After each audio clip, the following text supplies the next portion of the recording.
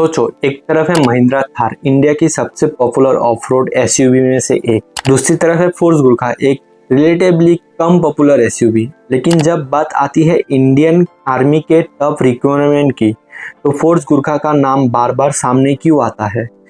क्यों थार आर्मी के लिए कैपेबल नहीं है, या फिर गुरखा में ऐसी कुछ खास क्वालिटीज है जो एक नॉर्मल कस्टमर शायद नोटिस भी नहीं कर सकता? और सबसे इंटरेस्टिंग सवाल, क्या इंडियन आर्मी ने सच में थार को रिजेक्ट करके गुरखा को चूज किया है? आज के इस वीडियो में हम इसी कंपैरिजन को सिंपल लैंग्वेज में समझेंगे और जानेंगे कुछ रीजन जो गुरखा को मिलिट्री टाइप यूज के लिए इंटरेस्टिंग बनाते हैं। नमस्कार दोस्तों, welcome back to Auto Vehicle 247। सबसे पहला एक इम्पॉर्टेंट क्लैरिफिकेशन, ये कहना कि इंडियन आर्मी ने थार को कम्प्लीटली रिजेक्ट कर दिया टेक्निकली सही नहीं होगा। इंडियन आर्म फोर्स अलग अलग रिक्वायरमेंट के हिसाब से व्हीकल यूज करती है और परसुमेंट भी स्पेसिफिक रिक्वायरमेंट और टेंडर के थ्रू होती है।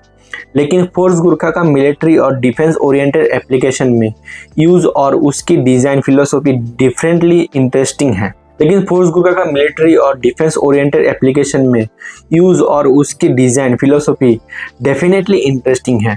तो सवाल ये नहीं है कि थार बुरी है और गुरखा अच्छी है। सवाल ये है मिलिट्री यूज के लिए गुरखा में ऐसा क्या है जो इसे एक स्ट्रॉन्ग चॉइस बनाता है। तो चलिए जानते हैं आज के इस वीडियो में। आज के इस वीडियो में हम ऐसे ही कुछ रीजंस के बारे में बात करेंगे कि महिंद्रा थार को रिजेक्ट करके इंडियन आर्मी ने फोर्स गुरखा ही क्यों चुना। तो वीडियो काफ़ी इंटरेस्टिंग है, वीडियो को स्किप ना करते हुए लास्ट तक देखते रहिए। तो चलिए वीडियो को स्टार्ट करते हैं। पहला रीजन है गुरखा का pure of road presence. Gurkha को बिगिनिंग से ही रगेड टर्रेन और डिफिकल्ट कंडीशन को ध्यान में रखते हुए डेवलप किया गया था। इसमें प्रॉपर 4x4 के साथ रो रेंज गियर बॉक्स मिलता है और इसका पर्पस सिंपल है, जहां नॉर्मल व्हीकल रुक जाए वहां भी व्हीकल को मूव करना। आर्मी व्हीकल को सिर्फ हाईवे या सिटी रोड पर नहीं चलाना होता, उन्हें माउंटेन, मड, रॉक्स, फॉरेस्ट और डिफिकल्ट टर्रेन में भी ऑपरेट करना पड़ सकता है। यह गुरखा का ऑफ रोड कैरेक्टर काफ़ी यूजफुल हो सकता है। आपके हिसाब से आर्मी के लिए सबसे इम्पोर्टेंट क्या है, स्पीड या ऑफ रोड कैपेबिलिटी? दूसरा रीजन है rugged body and frame construction. Gurkha body on frame architecture use करती है जो ट्रेडिशनली टॉप यूटिलिटी व्हीकल्स में पॉपुलर रहा है। सिंपल लैंग्वेज में समझे, व्हीकल का बॉडी और चेसिस अलग स्ट्रक्चर पर बेस्ड होता है। ऐसा कंस्ट्रक्शन बेनिफिट डिफिकल्ट टर्रेन और हैवी ड्यूटी यूज में ड्यूरेबिलिटी और रबर्टनेस के कॉन्टेक्स्ट में मिल सकता है। आर्मी के लिए गाड़ी सिर्फ कंफर्टेबल होना इनफ नहीं होता, व्हीकल को रफ ट्रीटमेंट भी टॉलरेट करना पड़ता है, क्योंकि बैटलफील्ड या रिमोट टर्रेन में भाई गाड़ी धीरे चलाना ऑप्शन नहीं होता, व्हीकल को काम करना ही पड़ता है।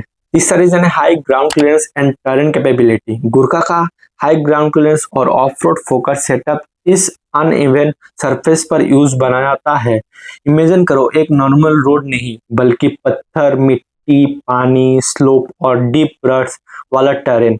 ऐसे सिचुएशन में अप्रोच एंगल, डिपार्चर एंगल और ग्राउंड क्लियरेंस जैसे फैक्टर्स इंपॉर्टेंट हो जाते हैं और गुरखा इसी टाइप के एनवायरनमेंट के लिए डिजाइन है।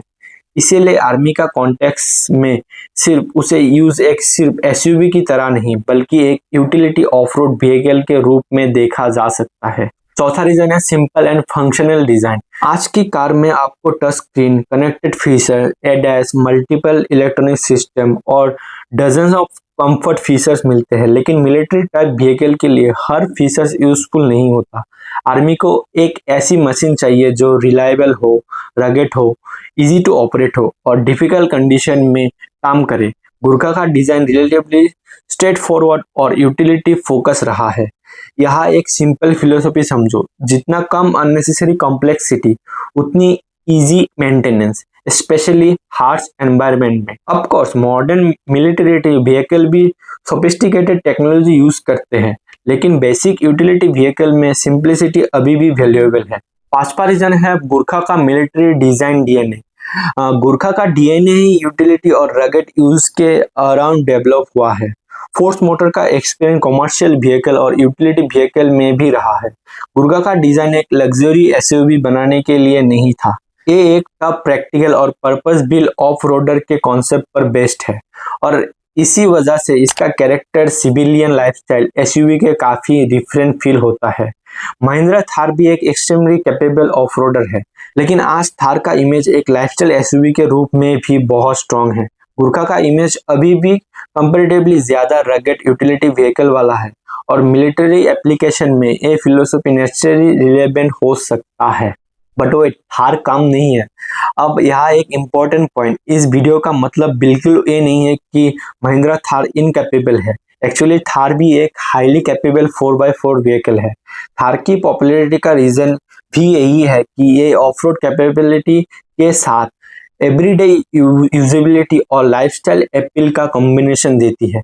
लेकिन मिलिट्री रिक्वायरमेंट और सिविलियन रिक्वायरमेंट सेम नहीं होती।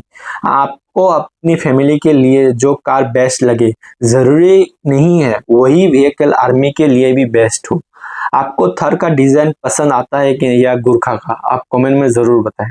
तो अगर आपको पूरी स्टोरी को एक लाइन में समझे, गुरखा को डिजाइन करने की लॉजिक ये नहीं है कि थार खराब है, ये लॉजिक है कि गुरखा का डिजाइन फिलोसफी मिलिट्री और यूटिलिटी टाइप रिक्वायरमेंट के साथ नेचुरली अलाइन करती है।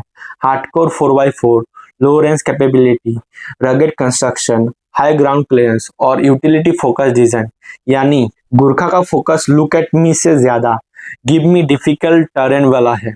तो अब आप बताओ, अगर आप इंडियन आर्मी के डिसीजन मेकर होते, थार चूज करते या गुरखा? और एक और इंटरेस्टिंग क्वेश्चन, अगर गुरखा इतनी कैपेबल है तो रोड पर थार कंपैरिजन में इतनी कम क्यों दिखती है? क्या प्रॉब्लम मार्केटिंग का है या गुरखा का प्राइस और प्रैक्टिकलिटी? कमेंट सेक्शन में अपना ओपिनियन जरूर बताएं। और अगर आपको जानना है कि फोर्स गुरखा इंडिया में फेल क्यों हुई, तो आप इस वीडियो को देख सकते हो। और अगर आपको वीडियो पसंद आए तो वीडियो को लाइक, चैनल को सब्सक्राइब जरूर करें। हम ऐसे ऑटोमोटिव इंडस्ट्री के वीडियोस आपके लिए लाते रहेंगे। तब तक के लिए bye bye and drive safe.